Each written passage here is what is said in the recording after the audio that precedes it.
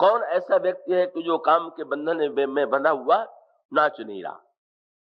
पर रामायण में एक दूसरी पंक्ति भी कही गई और वो भगवान राम के संदर्भ में कही गई। उसमें कहा गया, उमा दारू जोशित की नाई, सबही नचावत राम गोसाई। का नट मरकट इव सबही नचावत, राम खगेश वेद जस गावत। जैसे नट बंदर को नचाता है, इसी प्रकार भगवान नचाते हैं। तो बातें दोनों बड़ी एक दूसरे से उल्टी सी लगती हैं। एक प्रसंग में कहा गया कि काम नचाता है और दूसरे प्रसंग में कहा गया कि राम नचाते हैं। पर बात बड़ी यथार्थ है, सैद्धांतिक। वस्तुतः संसार के अधिकांश व्यक्ति काम के संकेत पर ही नाच रहे हैं, लेकिन कुछ व्यक्ति ऐसे बुद्धिमान हैं कि जो नाच तो रहे हैं, जो कर्म हो रहा है, जो जीवन में विविध प्रकार की चेष्टाएं हो रही हैं, वही तो नृत्य है। लेकिन उस नृत्य को हम काम के संकेत पर, काम के अधीन होकर के काम के संकेत पर नाच रहे हैं कि हम श्री राम के अधीन होकर के राम के संकेत पर नाच रहे हैं। इन्हीं दोनों में वस्तुतः अंतर। और उसका अभिप्राय यह है कि या तो व्यक्ति ईश्वर के पराधीन बन करके ईश्वर से प्रार्थना करे कि आप अपनी इच्छा के अनुकूल जैसा चाहिए वैसा नचाइए, जैसा कराना चाहिए वैसा चलाइए, और हम उसके बंदर बन करके नाचे। और या हम वासना के बंधन में काम के संकेत पर नाचे। इसलिए रामायण में बड़ी सांकेतिक भाषा आती है कि देवर्षि नारद के मन में जब विश्वमोहिनी का सौंदर्य देख करके विवाह की इच्छा उत्पन्न हुई, तो उनको ऐसा लगने लगा कि इस समय तो सुंदरता चाहिए। और सुंदरता किससे मांगे? तो उनको ये लगा कि भगवान राम, भगवान विष्णु बड़े सुंदर हैं, तो उन्हीं से सुंदरता ले ले। यही अवसर चाहिए परम शोभा रूप विशाल, जो बिलो की रीझे कुंवरी तब मेले जयमाल। हरिशन मांगो सुंदरताई। तो भगवान से प्रार्थना किया और भगवान तुरंत नारद के सामने प्रकट हो गए। भगवान ने मुस्कुरा करके नारद से पूछा, नारद क्या चाहते हो? बोले, महाराज आपन रूप देव प्रभु मोहि, महाराज अपनी सुंदरता मुझे दे दीजिए गाय के लिए। तो अब हमारे यहाँ सांकेतिक भाषा ये कही गई है कि जब जीव मुक्त होता है तो भगवान का रूप बन जाता है। जैसे गीधराज के प्रसंग में आप पढ़ते हैं कि गीधराज जी जब शरीर छोड़ करके जाने लगे तो विश्व रूप में बदल गए। तो नारद भी विष्णु ही बनना चाहते हैं, भगवान विष्णु से ही सुंदरता मांग रहे हैं। पर उद्देश्य आज जो नारद का है वो बड़ा उल्टा। क्या? बोले भगवान का रूप मिलता है मुक्ति में, और आज ये भगवान का रूप पाना चाहते हैं माया से बंधने के लिए, विवाह में पाणी ग्रहण और गठबंधन के लिए। बोले महाराज अपनी सुंदरता दीजिए। क्या मेरी सुंदरता को पाना चाहते हो? बोले नहीं महाराज, आपका सुंदरता तो साधन है, पाना चाहते तो हम विश्व मोहिनी की सुंदरता है। आपन रूप देव प्रभु मोही, आन भांत नहीं पाऊं वही। आप मुझे अपनी सुंदरता दे दीजिए, और किसी उपाय से मुझे वो सुंदरी नहीं मिलेगी। भगवान ने मुस्कुरा करके कहा, यही भी हो ही परम हित। नारद घबराओ नहीं, जिसमें तुम्हारा हित होगा वही करेंगे। नारद जी के मुंह से एक वाक्य निकल गया था। भगवान ने पूछा, मुझे स्मरण क्यों किया? नारद जी ने कहा, महाराज मोरे हित हरिसम नहीं कहूं, आपसे बढ़ करके तो मेरा कोई हितैषी नहीं है, इसीलिए तो मैंने आपका स्मरण किया। और भगवान ने मुस्कुरा करके कहा कि जब तुम मुझे अपना सच्चा हितैषी मानते हो तो नारद मैंने भी निर्णय कर दिया है कि जेहि विधि होई परम हित, नारद सुनहु तुम्हार, सोई मैं करब न आन कछु बचन न मृषा हमार। हम वही तुम्हारा कल्याण करेंगे। और तब भगवान ने क्या किया? नारद जी बाद में इसी के लिए भगवान को बड़ा उलाहना देते। कब उलाहना देने का तात्पर्य क्या? कब भगवान उनको सुंदरता न देते तो कोई बात नहीं थी, नारद नारद के रूप में रह जाते। भगवान ने तो सुंदर के स्थान पर उनको बंदर बना दिया। वो कह रहे हैं सुंदर बनाइए और भगवान उनको बना देते हैं बंदर। पर भगवान ने बंदर क्यों बनाया? इसके पीछे भगवान की नारद के प्रति कृपा है, नारद के प्रति भगवान का प्रेम। क्या भगवान ने सोचा कि नारद को बंदर बनावे कि सुंदर बनावे। तो भगवान के सामने दो विकल्प था। बोले अगर इसको अभी सुंदर बना देंगे तो जीवन भर बंदर बन के नाचेगा। कहा जहां इसका विश्व मोहिनी से विवाह हुआ सो ऐसा विश्व मोहिनी नचावेगी माया कि उस माया के चक्कर में बंदर बन करके नाचते रहेगा। और अभी जरा 4-6 घंटे के लिए बंदर बना दे तो जीवन भर सुंदर बना रहेगा। इसलिए बढ़िया यही है कि पहले बंदर सुंदर बनकर के बाद में बंदर बनना पड़े, इसके स्थान पर पहले बंदर बनकर के जीवन भर तो सुंदर बना रहे। और सचमुच नारद को जब बाद में समझ में आता है कि भगवान ने कितनी बड़ी कृपा किया, मानो भगवान की नारद पर कृपा क्या है। नारद बंदर है पर किसके बंदर है? श्री राम के बंदर है। श्री राम के बंदर जो कर रहे हैं नारद के साथ, वो तो श्री राम की और अपनी कौतुक भरी चेष्टा है, श्री राम की लीला है। इसीलिए नारद जी जब बाद में भगवान से क्षमा याचना, पहले तो खूब फटकारा भगवान को, तुम बड़े ईर्षालु हो, बड़े ठग हो, बड़े कपटी हो, तुम दूसरे का सुख नहीं देख सकते हो। लेकिन बाद में जब अपनी भूल समझ में आई तो कहने लगे कि महाराज मैंने जो आपको शाप दिया था वो झूठ हो जाए। तो भगवान ने हंस करके कहा नारद ये जो तुमने शाप दिया है क्या तुमने दिया है? तब कौन दिया? भगवान ने तुरंत नारद से कहा मृषा हो मम शाप कृपाला। भगवान ने कहा मम इच्छा कह।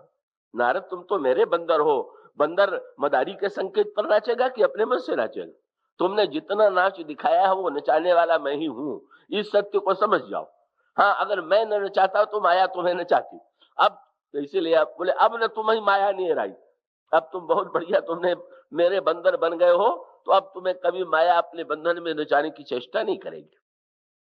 और इसीलिए जब भगवान शंकर से भगवान राम ने पूछा कि महाराज आप किस रूप में अवतार लेंगे, तो शंकर जी ने कहा महाराज नारद पर कृपा करके आपने बंदर बनाया तो मैं भी बंदर ही बनूंगा कि जिससे आप मुझे अपना बंदर बना लें, जिससे काम का बंदर न बनना पड़े। इसलिए हनुमान के रूप में शंकर जब बंदर के रूप में आते हैं तो इसका प्रतीकात्मक तात्पर्य है बंदर नाचता है मदारी के संकेत पर। ये बंदर वो है कि जिसने अपने को भगवान से जोड़ दिया। भगवान के संकेत पर नाचने वाला जो व्यक्ति है वो काम के संकेत पर नाच नहीं सकता है। इसलिए हम जीवन में चुनाव करके ये निश्चय करें कि हम भगवान के पराधीन होंगे। पराधीनता तो जीवन में है, पर वो पराधीनता वासना और काम की हो कि वो पराधीनता भगवान की हो, इसमें चुनाव करना। तो हनुमान जी का जो चुनाव है वो हनुमान जी का चुनाव क्या? शंकर जी ही हनुमान जी के रूप में जन्म लेते हैं। और शंकर जी जब हनुमान जी के रूप में, तो ये सांकेतिक भाषा में बड़ी मधुर बात आती है।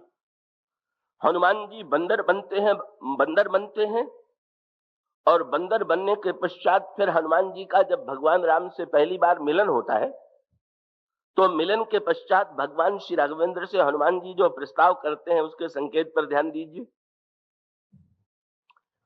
हनुमान जी ने कहा कि महाराज आप मेरे पीठ पर बैठ जाइए, आप दोनों भाई मेरे पीठ पर बैठ जाइए।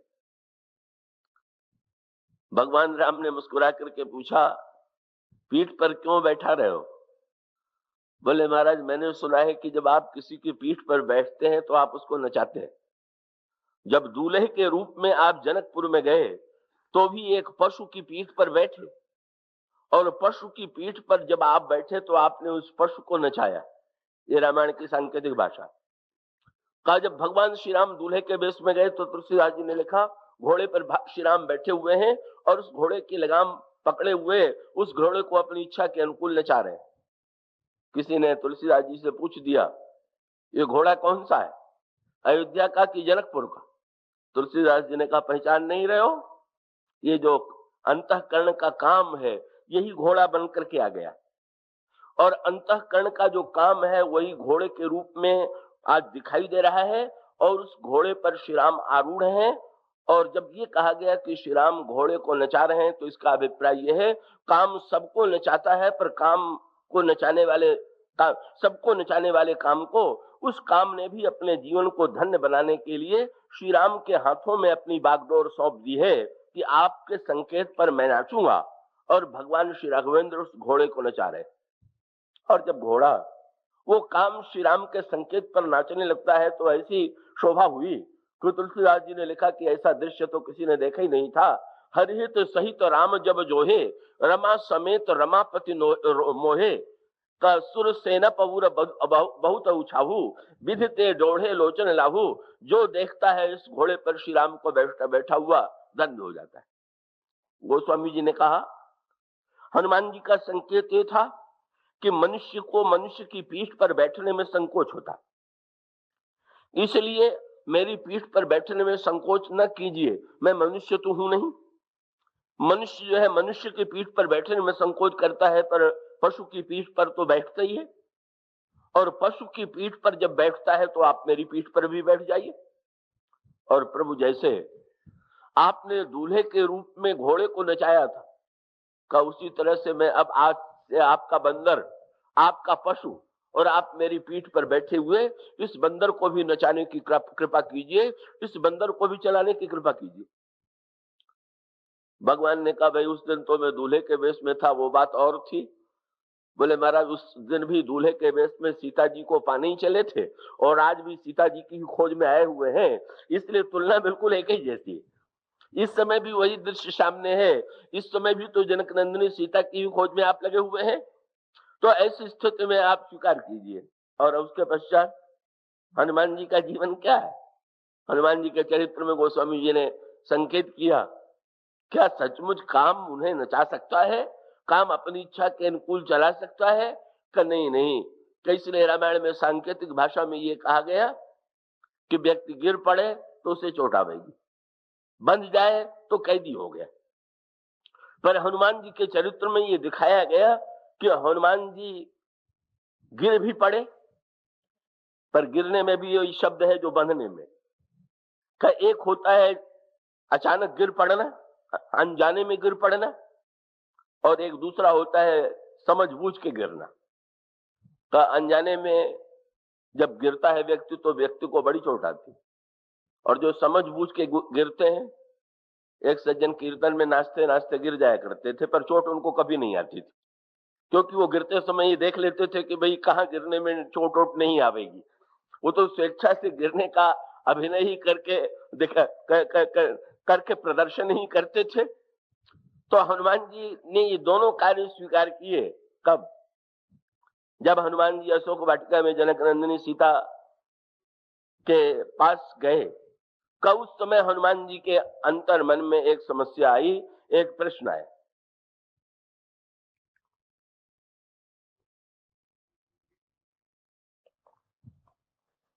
और वो प्रश्न ये कब आया, हनुमान जी विचार कर रहे हैं, तरु पल्लव मह रहा लुकाई करे विचार करो का भाई। हनुमान जी अशोक वृक्ष के पत्ते की आड़ में बैठे हुए विचार कर रहे हैं, मैं क्या करूं। हनुमान जी के चरित्र में पग पग पर ये विचार का संकेत मिलता है। हनुमान जी जो भी कार्य करते हैं पहले हृदय में विचार करते हैं।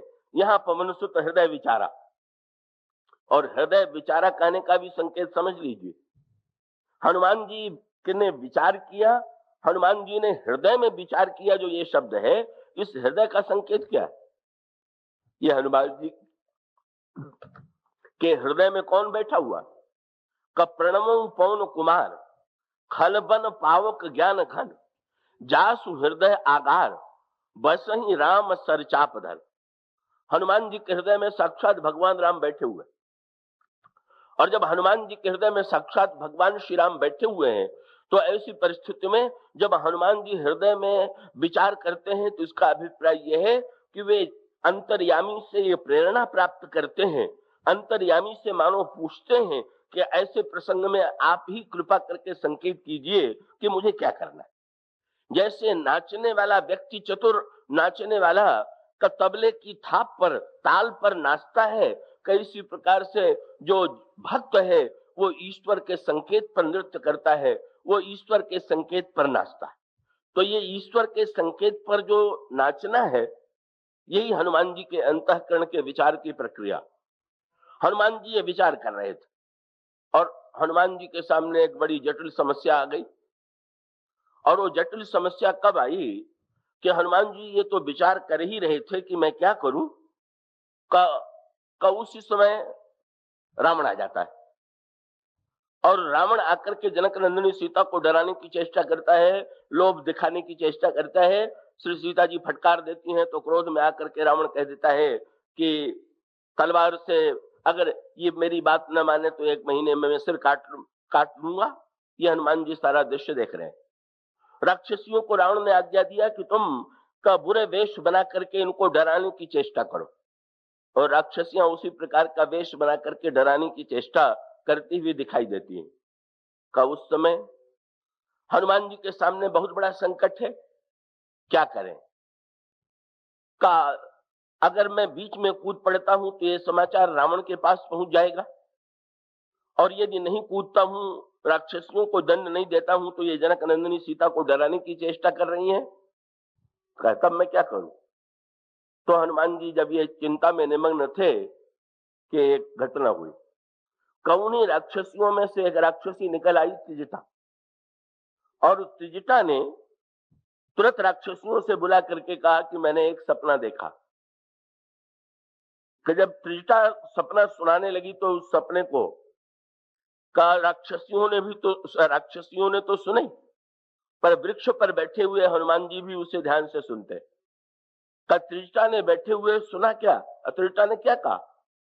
त्रिजटा ने कहा मैंने सपने में देखा है कि लंका में एक बंदर आया हुआ। उस सपने का ये वाक्य सुनते ही हनुमान जी चौंक पड़े। बोले मैं तो समझ रहा था कि लंका में राक्षस ही राक्षस रहते हैं, लेकिन यहाँ तो लगता है बड़े बड़े महापुरुष रहते हैं जो सपने में भी मेरा आना इन्होंने देख लिया। लेकिन त्रिजटा ने जब अगला वाक्य कहा तो अगले वाक्य के प्रसंग में फिर गोस्वामी जी ने का हनुमान जी के मन में अंतर्द्वंद आ गया। और त्रिजटा का वाक्य क्या था? त्रिजटा का वाक्य यह था कि सपने बानर लंका जारी, का वो बंदर आया हुआ है और वो बंदर आकर के लंका को जलावेगा। अब हनुमान जी चिंता निमग्न हो गए, क्योंकि जब हनुमान जी प्रभु के पास से चलने लगे थे तो उन्होंने प्रभु से आदेश लिया था कि मुझे क्या करना है, और उस समय प्रभु ने ये कहा था कि तुम जाकर के कहीं बल बहु प्रकार सीता ही समुझाय हूं, और कहीं बल विरह वेग तुम आयो। तुम सीता जी को बहुत प्रकार से समझाना और उनके सामने मेरे बल और विरह का वर्णन करके तुम चले आना। यही आदेश जो है प्रभु को हनुमान जी को मिला था, और ये आदेश मिला नहीं था कि लंका जलाना है। त्रिजटा कहती है कि लंका जलाना है। अब हनुमान जी के सामने द्वंद आ गया। जो भगवान ने मुझसे प्रत्यक्ष कहा है उसे सत्य मानूं, कि एक संत के मुख से जो वाक्य निकल रहा है मैं उसे सत्य मानूं? मैं केवल जनक नंदिनी सीता को संदेश सुना करके लौट जाऊं कि लंका को जलाने का कार्य मैं करूं? ये दुविधा हनुमान जी के सामने आई। और हनुमान जी के सामने आई तो हनुमान जी ने एक बहुत सुंदर नाटक खेला, और उस नाटक में खेलने में हनुमान जी का उद्देश्य, अब जो हनुमान जी के बंधने का उद्देश्य था वो बड़ा सांकेतिक था, गिरने का उद्देश्य जो था वो बड़ा सांकेतिक था। इसके पश्चात हनुमान जी का जनक नंदिनी सीता से मिलते हैं, वाटिका के फल खाते हैं, बाग उजाड़ देते हैं, राक्षस युद्ध करने के लिए आते हैं, और उन सेनाओं के मारे जाने के बाद कसब के अंत में मेघनाद आता है। और मेघनाद जब आता है तो मेघनाद हनुमान जी से युद्ध करता है, और मेघनाद युद्ध में हनुमान जी से बार बार हारता है, बार बार पराजित होता है। इसका अभिप्राय यह है कि ब्रह्मचारी हनुमान जी, भगवान के बंदर हनुमान जी का मेघनाद काम के रूप में न तो उन्हें हरा पाया, न तो उन पर विजय प्राप्त करने में समर्थ। लेकिन उसी समय अंत में जब मेघनाद पूरी तरह असफल हुआ तो मेघनाद ने एक उपाय किया। क्या? उसने ब्रह्मास्त्र उठाया, और ब्रह्मास्त्र उठा करके, ब्रह्मास्त्र की मर्यादा है कि ब्रह्मास्त्र का प्रहार होने पर का व्यक्ति मूर्छित जरूर होगा। तो ब्रह्मास्त्र का सांकेतिक तात्पर्य यह है कि वही ब्रह्मा की सृष्टि में एक मर्यादा है, और वो मर्यादा यह है कि जब व्यक्ति शरीर स्वीकार करेगा, जीवन स्वीकार करेगा, तो शरीर और जीवन स्वीकार करने के बाद का जो ब्रह्मा ने सृष्टि की रचना किया है, उस सृष्टि के रचना की विचित्रता यह है कि इसमें गुण के साथ दोष जो हैं का ऐसा नहीं हो सकता है कि केवल गुण ही गुण हो और दोष न हो। तो इसका अभिप्राय यह है, इसीलिए रामायण के, महाभारत के, श्रीमद् भागवत के विविध पात्रों के जीवन में देखें तो ये जो अच्छे पात्रों के जीवन में भी कभी कभी बुराई का संकेत मिलता है। जो बुरे पात्र हैं उनके जीवन में तो बुराई है ही, पर जो अच्छे पात्र हैं उनके जीवन में भी जो बुराई दिखाई देती है, का उसका अभिप्राय क्या है? उसका अभिप्राय यह है कि विधि प्रपंच गुण अवगुण साना, संसार में जो भी जन्म लेगा का वो का सर्वथा का दोष मुक्त नहीं हो सकता है। किसी न किसी प्रकार का दोष जो है क्या किसी के जीवन में बहुत वर्षों के लिए आ जाता है, कई लोगों के महीनों और वर्षों तक आता है, और किसी के जीवन में एक क्षण के लिए आता है, पर आता है। लेकिन ऐसी स्थिति में रामायण में संकेत क्या कि ये जो जीवन में, यही यहां पर संकेत आया कि मेघनाद ने जब ब्रह्मास्त्र का प्रयोग किया तो आपने ये सुना होगा, पढ़ा होगा कि हनुमान जी को यह आशीर्वाद था कि हनुमान जी पर ब्रह्मास्त्र का भी ब्रह्मा वरदान दे चुके थे कि तुम पर ब्रह्मास्त्र का भी प्रभाव नहीं पड़ेगा। इसका अभिप्राय कि सृष्टि में जन्म लेने के बाद भी ब्रह्मा ने अपनी ओर से छूट दे दिया था कि तुम्हारी सृष्टि की मर्यादा और सृष्टि की समस्याओं से अलग। लेकिन हनुमान जी ने क्या सोचा? गोस्वामी जी ने लिखा कि जब मेघनाद ने ब्रह्मास्त्र का प्रयोग किया तो ब्रह्म अस्त्र ते ही साधा कपि मन कीन विचार। हनुमान जी ने तुरंत फिर मन में विचार किया और क्या सोचा? बोले जो न ब्रह्म सर मानू महिमा मिटे अपार। मैं अगर ब्रह्मा की मर्यादा को नहीं स्वीकार करूंगा तो मेरी महिमा तो बढ़ेगी, पर लोग ब्रह्मा की हंसी उड़ावेंगे कि ब्रह्मा अपनी सृष्टि में का एक व्यक्ति हनुमान ऐसे हैं कि जो सृष्टि की मर्यादा से अलग। तो भगवान हनुमान जी ने मानो यहाँ पर एक शिक्षा दिया, और वो शिक्षा क्या थी कि हनुमान जी को जब मेघनाद ने बाण मारा तो बाण मारने के बाद मेघनाद को कल्पना थी कि हनुमान जी गिरेंगे, तो मेघनाद के द्वारा, काम के द्वारा जीवन में पतन होता है और काम के द्वारा जीवन में बंधन होता है। इसका तात्पर्य ये। तो जब मेघनाद ने बाण चलाया तो हनुमान जी गिरते हुए दिखाई पड़े, और जब हनुमान जी गिरते हुए दिखाई दिए तो मेघनाद बड़ा प्रसन्न हुआ। बोले बहुत देर नहीं गिरा, पर अंत में तो गिरा तो। लेकिन हनुमान जी के गिरने के बाद मेघनाद इतना निराश हुआ, बोले तो न गिरता तो ही अच्छा था। क्यों? का हनुमान जी तो वस्तुतः का गिर नहीं रहे थे, वो तो जानबूझ करके गिरने का नाटक कर रहे थे।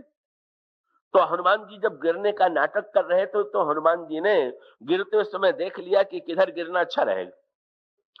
तो जिधर मेघनाद की सेना खड़ी हुई थी, हनुमान जी ने अपना शरीर फैलाया और उसी सेना के ऊपर गिर गए, सो सेना दब करके मर गई। हनुमान जी को तो चोटाई नहीं, जिसके ऊपर गिरे वो तो समाप्त सेना हो ही गई। वो समझने का परती हूं बार कटक संघारा। इसीलिए आगे चल करके मेघनाद ने हनुमान जी से लड़ना बंद कर दिया। क्यों? हनुमान जी ललकारते थे बार बार प्रचार हनुमाना, निकट न आओ मर्म सो जाना। हनुमान जी से लड़ना पसंद नहीं। क्यों? बोले इसको गिराना खतरनाक, क्योंकि ये गिरने के बाद भी जब मारे गई। और उसका अभिप्राय क्या कि भक्त को जो गिराने की चेष्टा करता है, नीचे गिराने की चेष्टा करता है, वो इस बात को समझ ले कि भक्त का जब पतन नहीं होता है तब तो होता ही नहीं है, पर जब भक्त के पतन के लिए कोई प्रयत्न करे तो हानि वस्तुतः जो पतन की चेष्टा करेगा उसी की होगी।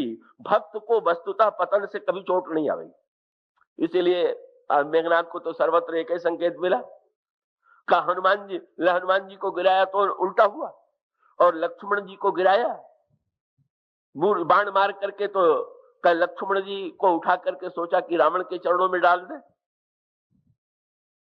रावण के चरणों में उठाने के लिए लक्ष्मण जी को चेष्टा करने लगा तो लक्ष्मण जी उठ ही नहीं रहे। अंत में हनुमान जी आए और लक्ष्मण जी को गोद में ले आए और प्रभु की गोद में पहुंचा दिया। भगवान राम बाद में जब विलाप करने लगे तो लक्ष्मण को जगाने लगे, लक्ष्मण तुम तो कभी सोते ही नहीं थे, आज तुम सो कैसे गए? और जागने और सोने का अर्थ क्या हुआ? बुराई से सावधान रहना जागना है, सो जाना माने सावधानी नहीं है।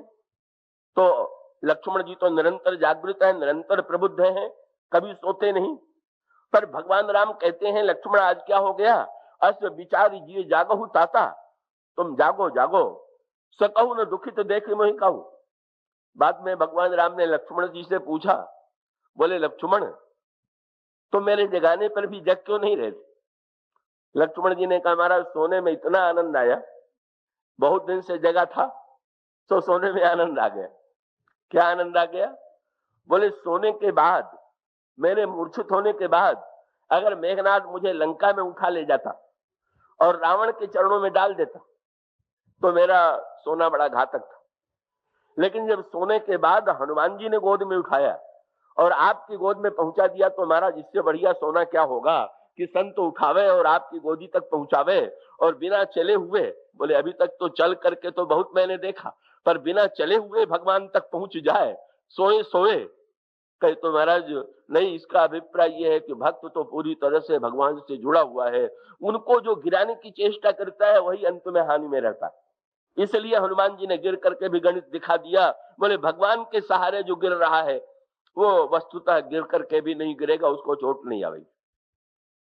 और उसके बाद हनुमान जी ने तुरंत बंधन में जब मैं गिर पड़ा, हनुमान जी ने गिरने का स्वांग किया और मेघनाद आया तो मेघनाद ने हनुमान जी को नाग पास में बांधने की चेष्टा किया। हनुमान जी ने कहा ये भी ठीक। हनुमान जी ने मन ही मन निर्णय क्या किया? हनुमान जी के मन में ये प्रश्न था कि लंका जलावे कि न जलावे।